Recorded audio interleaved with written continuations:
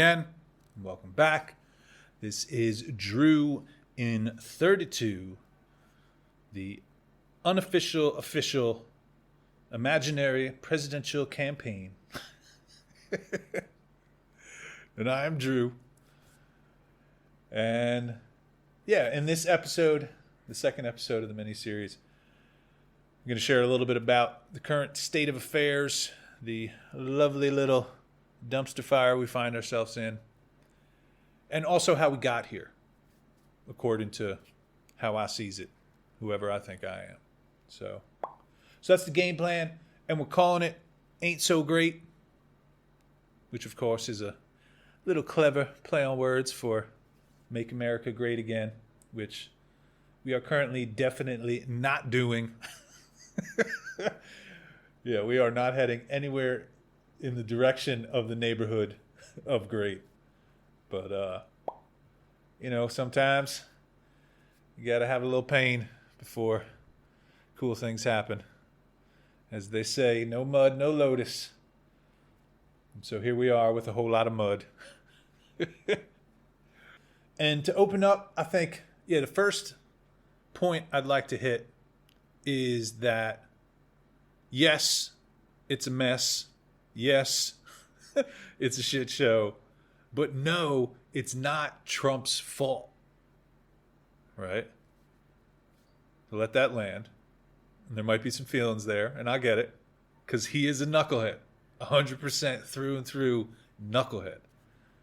And other words might also apply. But in this moment, I'm feeling pretty compassionate. So we'll stick with knucklehead. Yeah.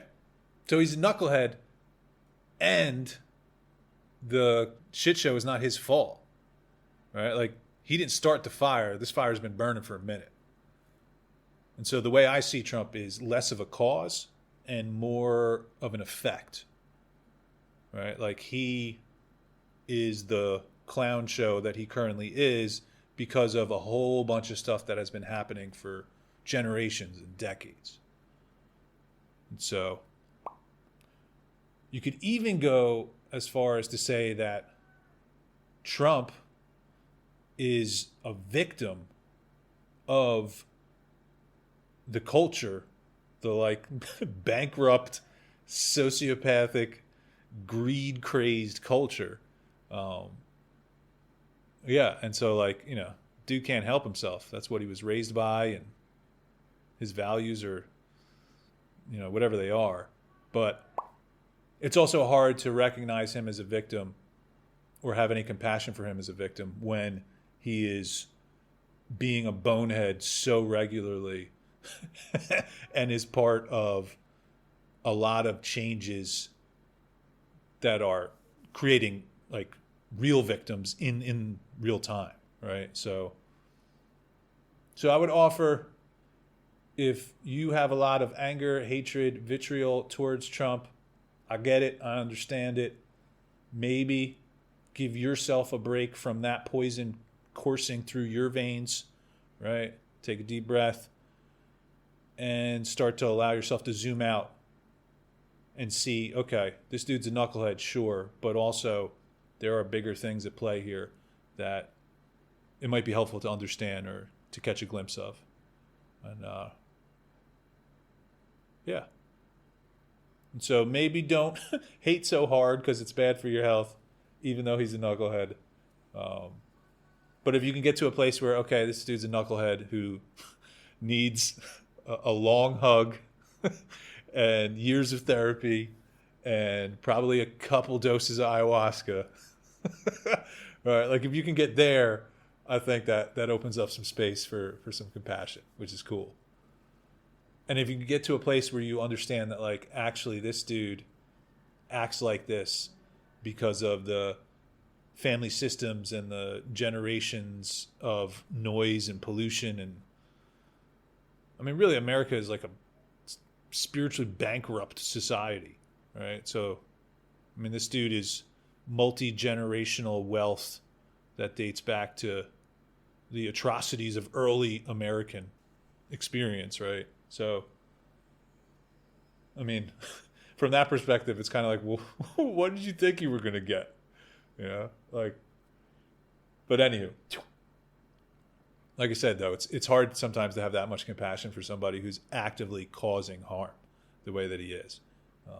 So no rush to compassion, definitely no rush to forgiveness.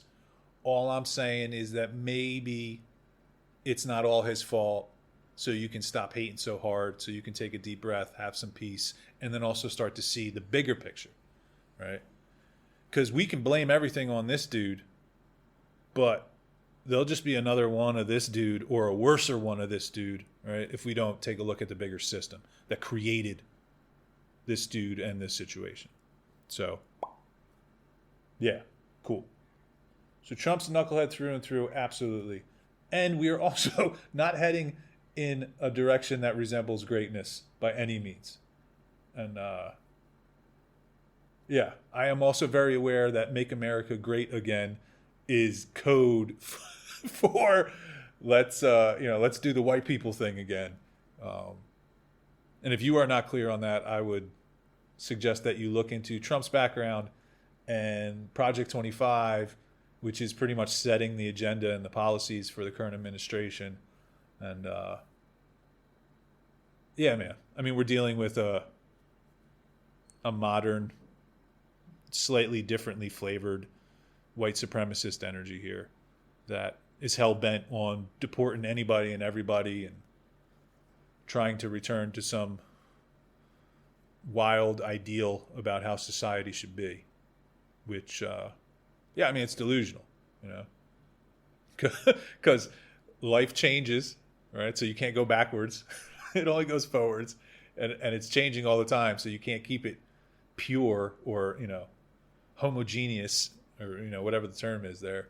And really, I feel like maybe in a different culture at a different point in history, having a more, I hate the word pure because that's not really, like that's supremacist talk. Like having a more narrow, yeah, maybe that's the word. I don't know. Maybe in some other society, in some alternate reality, right? Like it could have been cool for some reason to have like only one flavor of beings or one flavor of humans, right? And so a narrow, I mean, at that point, it's not really supremacist. It's just only, right? Like that could have been cool, but I mean, but in reality, in the current version of reality, and especially in the United States of America, which like diversity is our thing, right? The melting pot and the salad bowl and the, whatever the metaphor is, like diversity is one of the defining concepts and strengths of the United States of America. So like trying to do white supremacy here is dumb and goes against what is, right? It's like trying to pick the the thing that has the most different flavors and then turn it into one flavor. Like that's silly. So anywho, I've tried to understand this from as many perspectives as possible to give me compassion because I can easily go to some like anger and vitriol and it's like, oh, you want to deport people? Oh, you want to make it the way you want it? Okay, how about I destroy your existence? Like that's where part of me wants to go. But matching hate with hate doesn't get anywhere nice. So anywho, yeah, there's a little tangent. So Make America Great Again is bullshit. It's veiled white supremacy. And the truth is, especially for our country, for this beautiful wealth of diversity, it's a dumb idea. It's just dumb. I mean, even the attempted deportation so far, like they're sending people anywhere and everywhere. Like it's just a shit show, man. It's crazy. But anywho, so yeah, Make America Great Again is silly and dumb and a veiled racist thing, and so that's not cool. And also Trump is a bonehead and a knucklehead, so he's not cool. But we're here now because of generations of knuckleheads, really, and I mean, let's not kid ourselves about the roots of the United States of America. Right? They're pretty awful, actually, or at least partially pretty awful. Right? This country is founded upon genocide and slavery, and just like not cool shit to do to other human beings. And I'm going to do a whole episode on that, because the United States has also like not owned its past. It hasn't faced its demons. Like United States has also not drinking ayahuasca and faced its fears. And so as a result of like having atrocities and genocide as part of the foundation of the country that's never been acknowledged or dealt with, right?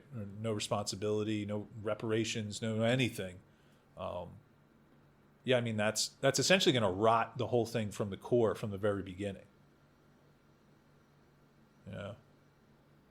And so, yeah, stay tuned for the facing our demons part. Because I think this also ties into the white supremacy and the diversity thing too as well. Yeah.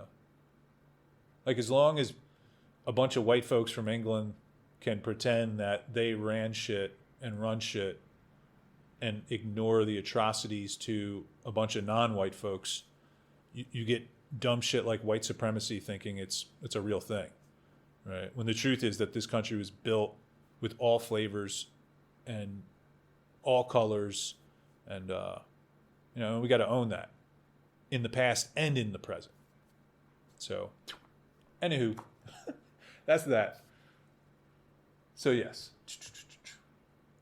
So let's jump into how we got here, right? So Trump is the product of old white money, right? And old white money was created on the backs of non-white folks, right? Since the beginning of the country.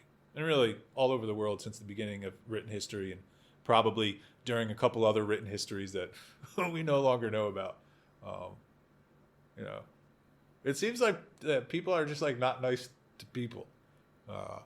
And especially people that don't look like you or speak like you, and that's also a natural psychology thing too. Like in our biology and our psychology, we are wired to be more on edge or more on guard around beings or people or whatever that look different than us or present different. And it's just a in-group, out-group, like basic thing. So, I mean, that's in our wiring, but it also doesn't have to be guiding the construction of our society, right? Yeah. All right. It's a couple tangents in a row here as I'm getting to where I want to be. So I mean, you have Trump in office now for the second term. The first term, he beat Hillary. And so I'll give you a little bit of how I saw things on the political level here now, and then we'll see where it goes. So I remember I was in a hotel room. I was doing some work out of town, and I was in a hotel room the night of the election results rolling in, when it became clear that Trump was going to beat Hillary and become president.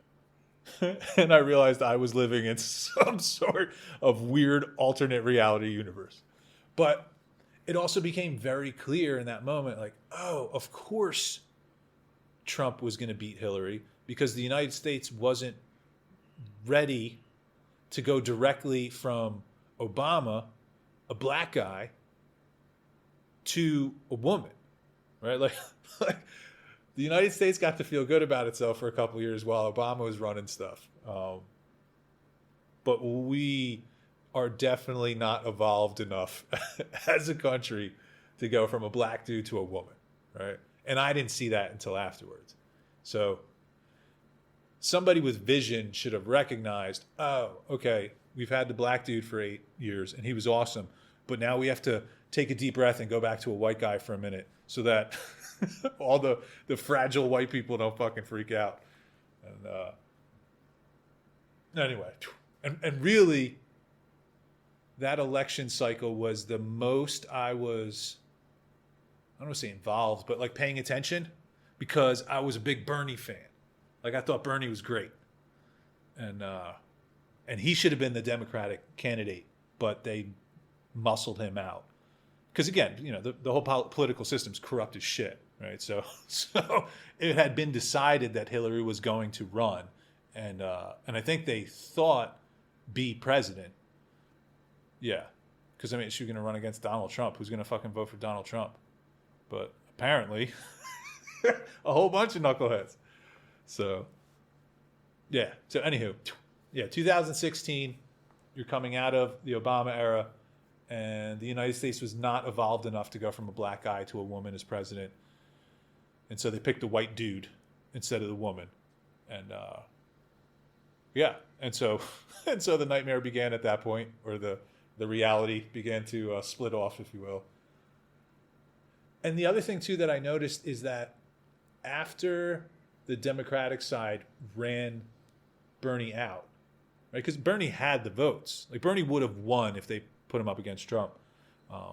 But again, yeah, the Democratic Party decided what they were going to do, not actually do what the people want, right? Which is why the system's rotten to the core right now, or at least one reason why.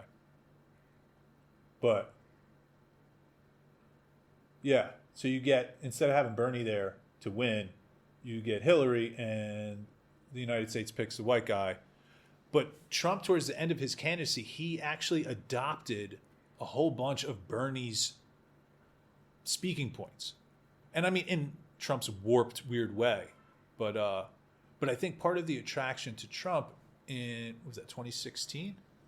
Yeah, in 2016, was that he was an outsider. He wasn't part of the corrupt political system that, it had become more obvious that the U.S. political scene is just, corrupt to the core.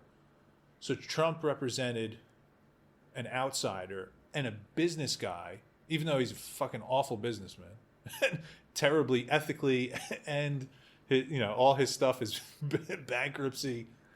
Yeah, like he's not a great businessman. He just had a dad who had tons of money.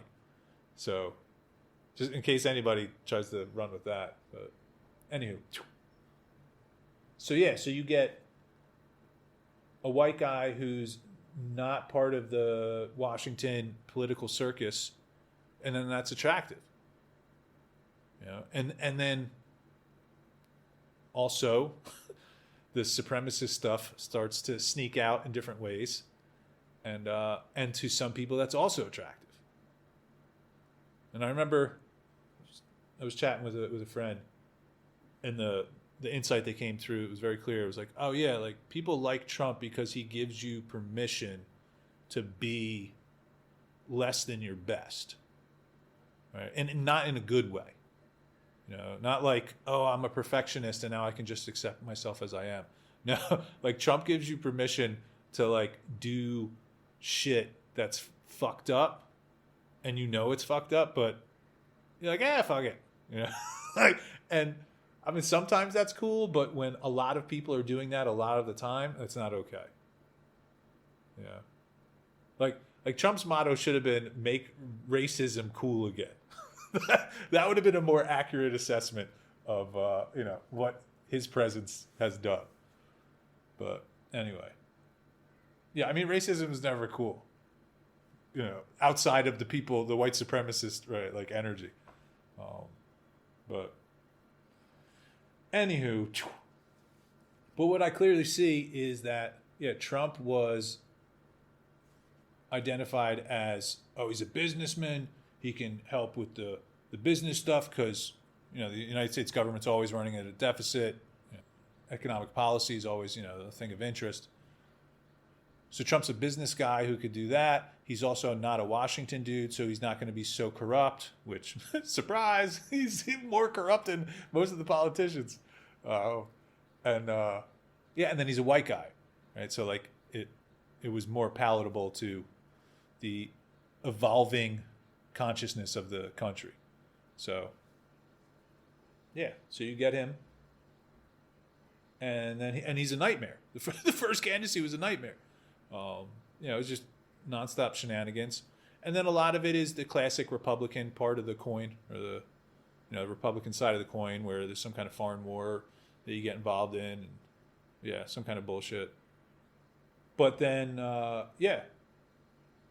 he was such a nightmare that then they elected a fucking half-dead, fucking Sleepy Joe guy, who, I mean, again, it was a white guy who wasn't Trump, and yeah, I mean, Biden wasn't terrible, but he's also old, and also, like, what are we doing electing 70 and 80-year-old people for president? Like, what?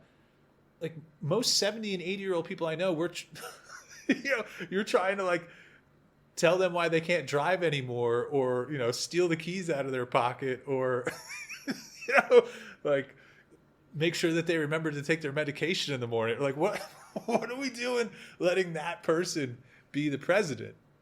Unless, of course, the presidency is totally just a figurehead, right? Which may also be the case, right? That a president really doesn't have the authority or the power that we might like to project onto that position. Instead, it's kind of like people pulling strings, and specifically purse strings behind the scenes, right? And I'm going to talk more in the next episode about campaign finance and just how money has rotted the system all the way through. Yeah, so anywho, so so you get Biden for a couple years, and then he's like half asleep or half dead for the second part of the term. And so then you wind up with Kamala, and so here we are again, like Trump against the woman, but now it's Trump against a minority woman, and again, America was not up to the task of growing and evolving, and so instead we're stuck with the chucklehead again. And this time I feel like the administration behind Trump is much more competent in its corruption and scrupulousness, lack of scruples. Yeah, we'll say it like that. I think the first time nobody thought Trump would actually win, and he did, and so it was like, oh shit, what do we do now? Whereas this time, I feel like coming in, they knew how to use him, and they had a plan. And so that's why you saw all the executive orders signed right away. It's why, there's just been so much bullshit so quickly. It's because they were going to hit the ground running, and they have. And then you get the clown show of Trump that distracts people from the actual policies and the different things that are going on. Yeah. So I mean, like that's what's happening. Is there's laws being passed, there's legislation being passed that's significantly changing the way money is spent and causing harm to lots of people. Essentially, everybody who isn't the rich people that paid for the politicians that are making the laws, right? And so, present moment, we got a scrupulous. I want to say that word, but I'm not saying it right. A person without scruples or morals, or at least a very compromised moral system, as the president, just lying his ass off, just making shit up. Like, I don't know if it's lies or it's just he's totally gone into fantasy and creative fiction, as his reality. But just spitting non-truth all day, every day, with occasional, hints of racism and supremacy. That dude's just flapping his gums, making lots of noise, while the system, is doing a really good job of just getting more fucked. Like just more money for the people who have money, less money, resources and services for the people who don't. And man, and this is classic haves and have-nots. This has happened 100 times in written history, and probably a lot more in unwritten history. Like the folks that have just keep squeezing the lemon, and and I mean you're going to keep squeezing until finally the folks who are being squeezed have nothing to lose, and and then you get revolution. And it's usually bloody. Like that's the direction this is going in. It's not, we're not getting great.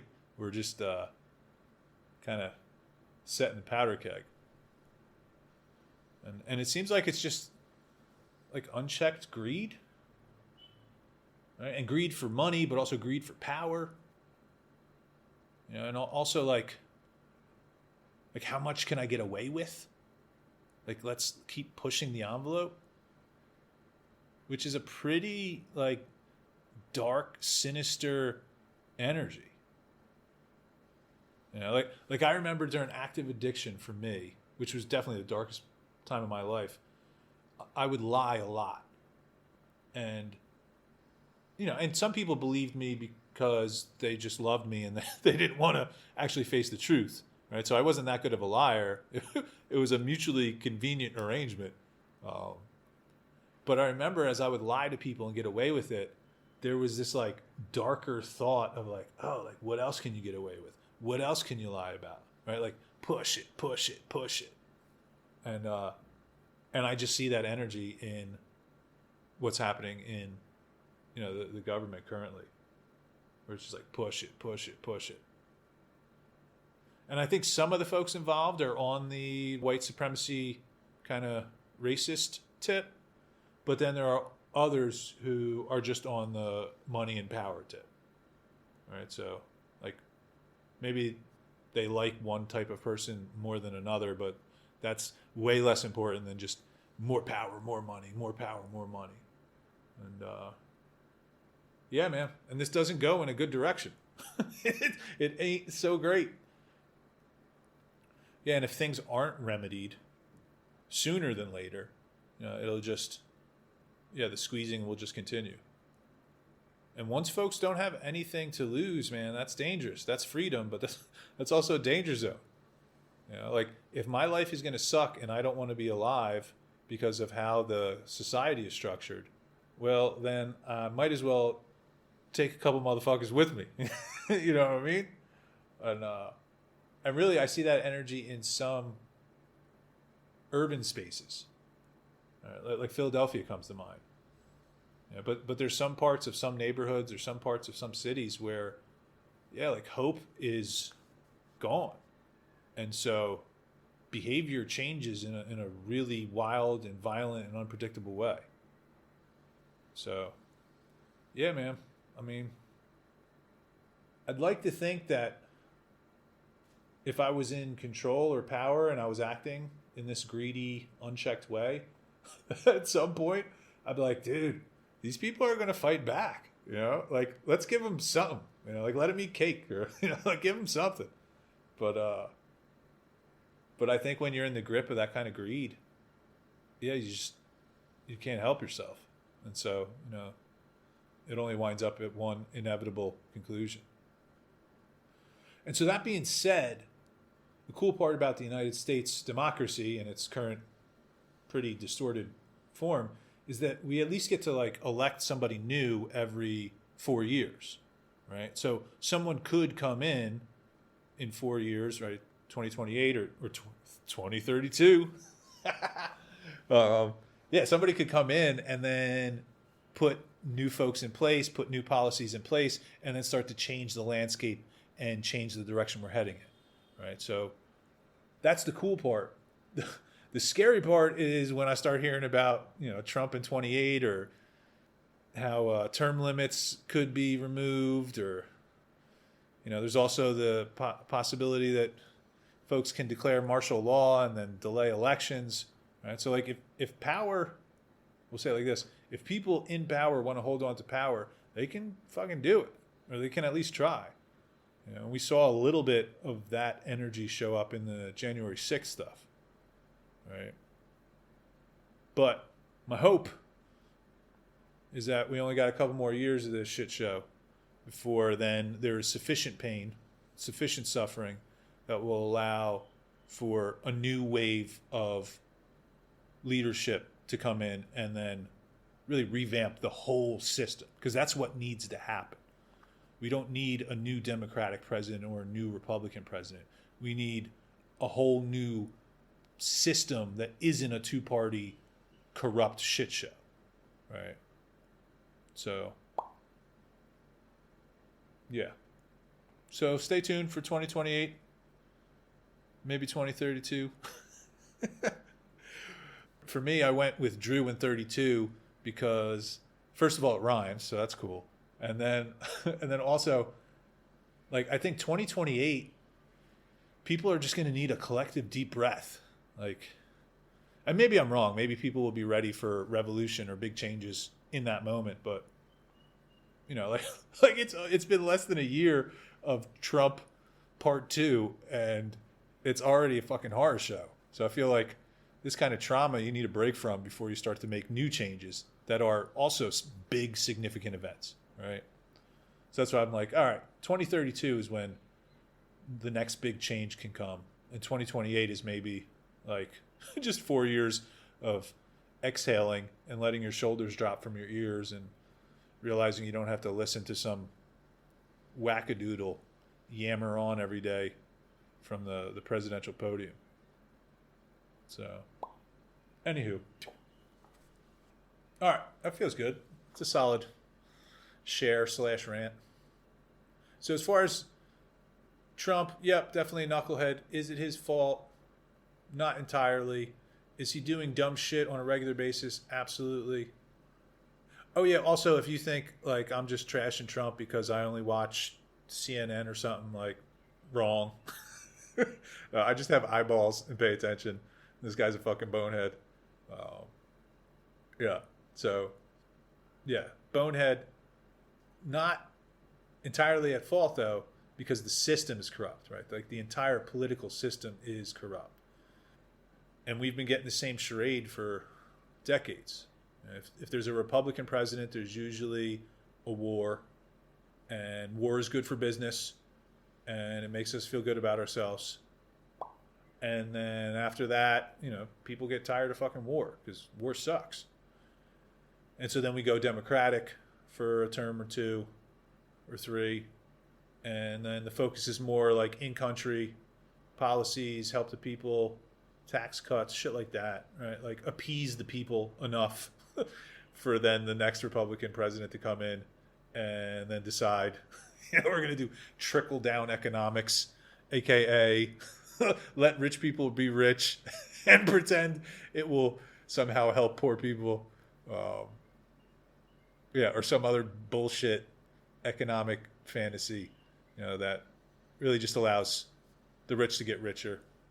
And, yeah, and then also, you know, put the focus somewhere else. Because it's easier to take from your own people if you have a common outside enemy. Right? So if I create a situation or instigate a war or a conflict, well, now the bad guy is that country or over there, right? Or Al-Qaeda or ISIS or Iraq or Iran or whoever, right? Now the bad guy's over there, so it's us versus them. And so that's a really nice way to rally everybody together.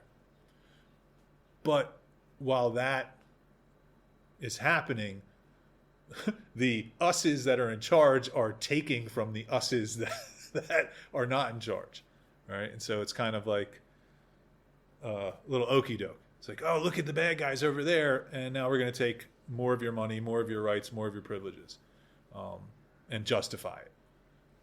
And so, like, after 9/11, the Patriot Act and everything that came from that, you know, is a classic example of, the government being able to justify overreaching its position because of some external enemy or, you know, some foe out there. And so that only can happen for so long, though, right? Because, like, people aren't totally dumb. We're dumb, but we're not totally dumb as a whole, right? Like, people are definitely smarter as individuals. Something happens. We get together and then we get dumber. I don't know what it is, but anywho. Yeah, so you can't, like, steal from your people for too long before then you got to flip back to, like, the Democratic side of the coin, right? And now it's like, oh, no, we're going to do the right thing and help people and provide services, and we get to feel like we're heroes and it's great. But really, all you're doing is returning some of the rights and privileges and services, not all, but some, just some, of what you took, during the last 4 years or the last 8 years. So, it's a slow movement towards a complete robbery, right? Like, if you got $20 in your wallet, I'm going to take $10 today, and then tomorrow I'll give you back 8, and then the next day, take 10 again, and then give you another 8. Like, slowly but surely, you ain't gonna have no money left, But every time I give you $8, I get to feel like I'm a hero. So, and then that kind of like, oh, they're giving us stuff, so then we're loyal. Yeah, man. The United States government for a long time has not been about the people. It's not been about serving us or providing for us. It's been about profiting off of us. Right? And so the metaphor I always see is livestock. When it comes to livestock, usually you're just profiting off of the herd. So you just got to move the herd around and make it do things in order to get what you need from it. And from a business perspective, right, or from that like capitalist greed perspective, the least you can put in while the most you can take out, that's going to give you the greatest profits. But that's also how you like kill something, right? That's how you run something into the ground if you're pulling out way more than you're putting in. But yeah, this is America. We rob and steal and take from anybody, foreign or domestic. We will take your money, no problem. Yeah, and yeah. So this whole system is fucked and heading in a definitely not great direction. So major reform is necessary in order for things to change. But if we're just blaming Trump, we're missing the bigger picture. Right? If Trump is your villain, again, I mean, if you just want to feel anger and hatred and hurt all the time, just keep watching his talks and raising your heart pressure or your, what's that called? Blood pressure. There you go. But what I would say is like, let that bait go, stop taking the low fruit and step back and see the big picture. That like, really, we need to revamp the entire system because Trump really, he's like the perfect fit for the system. Like they needed somebody who had no morals to be the face of the political party and, put on a dog and a pony show or a clown show while the administration makes tremendous legislation changes and, and just, steals more from the people. And now we have like a dangerous blend of white supremacy and greed together. So now not only is it like stealing from the people, it's stealing from the people and trying to get rid of a bunch of people who have every right to be here as anybody else. And and I think I'll talk like immigration and legal and illegal, all that bullshit later. I mean, we're all human beings on the planet of Earth. The country thing has fucked us up a little bit too. There's a bigger perspective besides just countries and nationalism as well. But I'll do that later. So hopefully that's cool, interesting, relevant. It feels good to get off my chest. Let me take a moment, see if there's anything else here that wants to come through. Like I said, it's just so easy to focus on Trump as the issue, as the problem. But it's so much bigger than him. But it's also hard to see the bigger picture when he's such a giant fucking clown. And and then the media hypes up both ends. So you get the people that are making excuses for him or, that like him, but then you also get the other part that is villainizing him and, but either way, it's just all about him. And then there's zero coverage on the shit that's going on behind the scenes. Right? Like the big, beautiful bill thing is a fucking atrocity. And somehow it just made it, I think, out of the Senate and now it goes to the House. That thing's awful. And for so many reasons. Yeah. And I guess, yeah, actually, yeah, this is something too. I think the appeal to Trump is rooted in pain. And there is an abundance of pain in people and also our country as an entity. Right? Again, like I shared before, I think, um, yeah, the United States is founded on atrocities and genocide and slavery, like awful shit that we have never acknowledged or taken responsibility for, right? So, like, we have shit in our closet. We have skeletons in our closet that are like pure shit, and it is rotting the whole house and smelling up the whole place, right? From the core. And so I see that very clearly as part of the issue here. But also just like people, human beings, there's a lot of pain in the world. There's a lot of fear and anger and hurt, right? Because people have been lost for a while. You know, like this is the work that I specifically do as far as like helping folks come back to themselves and learn how to trust themselves and learn how to be in alignment with their heart and their gut and their soul, right? Like tuning in.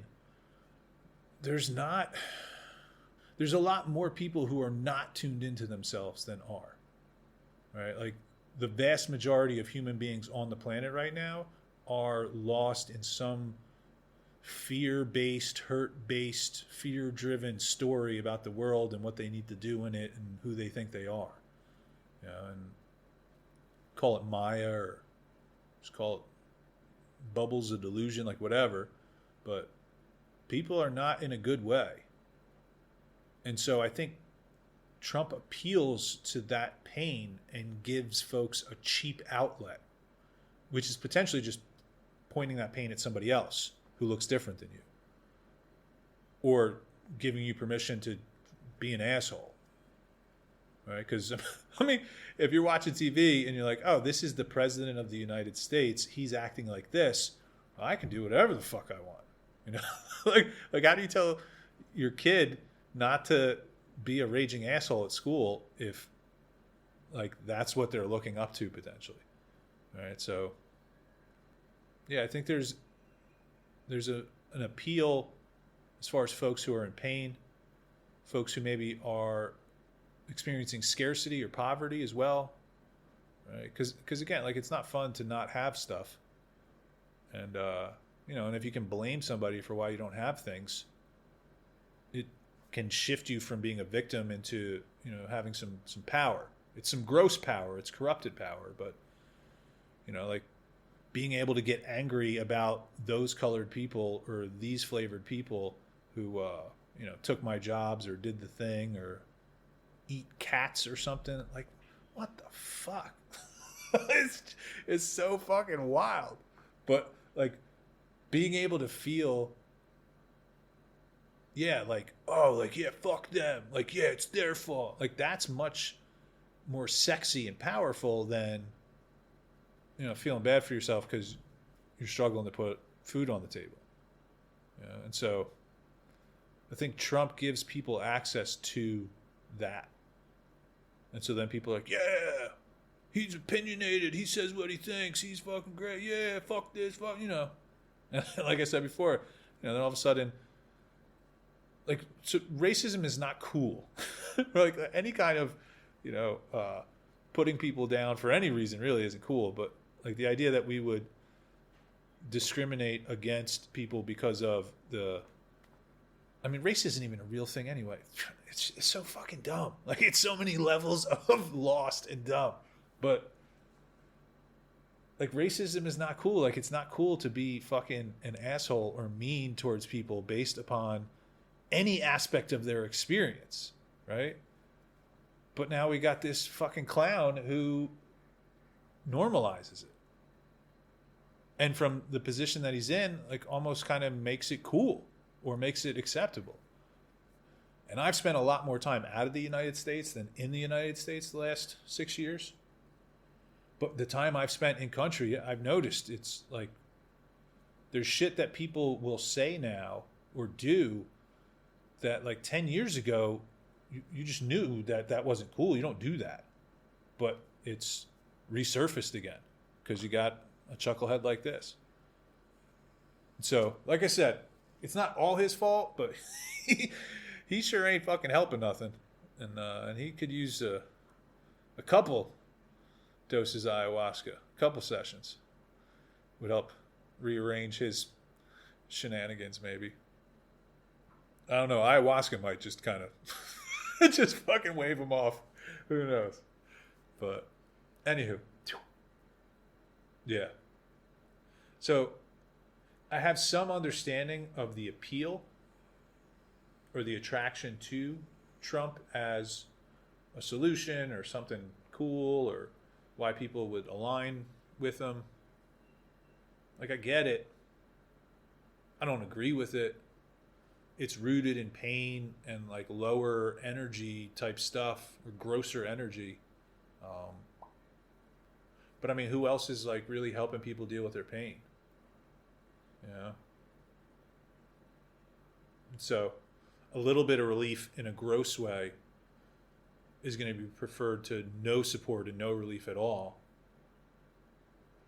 And so here's your low-hanging fruit.